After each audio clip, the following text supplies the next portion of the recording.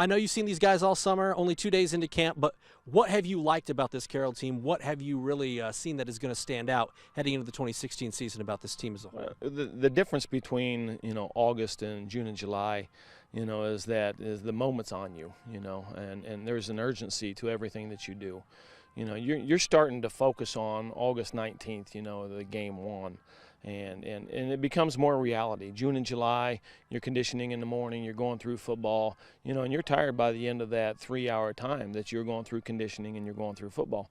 And August is specifically about being better at what we do at each one of our positions, and the urgency of game one is on us, and that makes it different. What I see in the guys is that they're a great group. They have great leadership. Great synergy between all the individuals, and those things that we're going to carry you through. When you take a look at the defensive side of the football, you guys had so many playmakers that you graduated, whether it was Blake or Gavin or Dylan or James. How do you go about replacing those guys, or is it more of a team overall effort that will kind of fill in those holes for the Chargers this season? Well, you always have to be, and even within a season, you got to have that next man in philosophy. But every year, if you're a decent program, you're going to graduate some good players.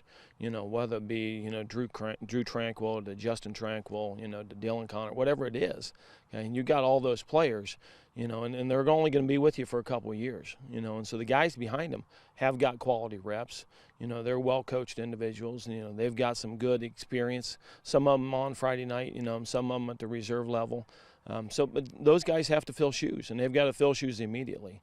And oftentimes when you turn into your senior year and you turn into a senior, it becomes that time that I know it's my year, and I know it's time for me to be a leader, and it's time for me to put forth more effort, and we see that consistently. Offensively, obviously, Aiden has graduated. He's at Northwestern. Where are you at in terms of the quarterback position? It's day 2 within August, and they're taking equal amount of snaps, 1 for 1. And we haven't made that decision yet. Our two guys are very even. It's not something we have to decide today.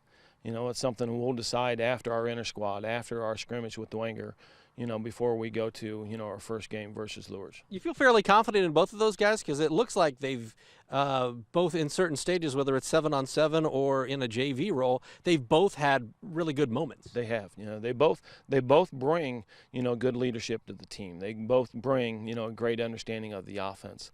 And that's part of our offense. We ask our quarterback to understand, to distribute the ball, to get us into good plays and make good decisions. They don't have to win a game. Any of those guys, they don't have to win a game, but they have to make good decisions for us. And both those guys at this point are doing that. Offensive line, the last guy we talked to, he was saying 3 of your 5 offensive linemen are back in terms of starters, and then you've got Nick Novotny back there. Would you say that you guys are pretty confident in the way that you'll be running the football this season? Well, we have to. With those guys returning, 3 of those guys were every game starters all year long, and add in Noah Hines, a guard, and got a lot of playing position, got a lot of playing time on Friday night last year. So they have to be the catalyst. They have to be the workhorses that are going to lead the load. And Nick Novotny at tailback, he's going to carry the ball a lot, and he's got to be the go-to guy. He's got to touch the ball a lot in the backfield. And I don't know if we're a run-first or a pass-first team. It's all based upon, what we can do well that week, what we can do well against that team. But we've got to be able to run the football to be successful.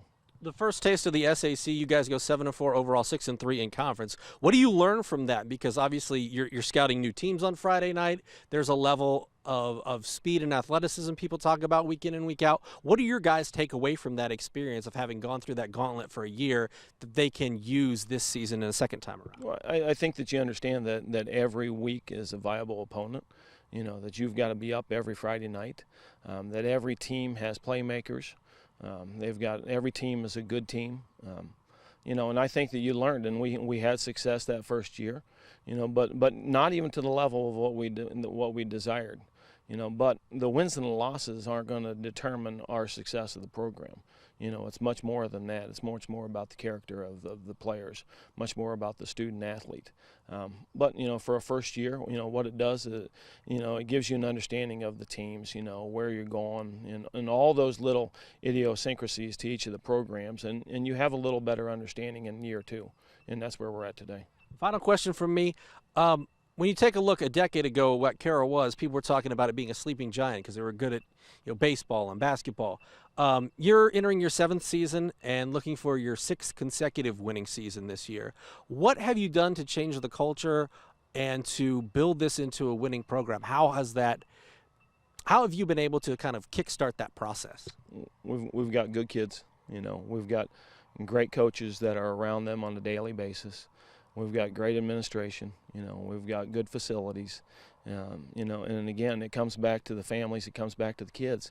And that's where it all starts. I mean, you're not going to build a program with kids that don't want to work, that don't understand hard work, that don't embrace, that they have to be together, that they have to, be tough together, and those are the cornerstone to the program is hard work and investing in the lives of each other. And the kids understand those things, and when you get through those first level things of her working hard and committing every day, and not giving excuses and fighting through little things, then you have a chance for success, and that's what we've had the opportunity to do.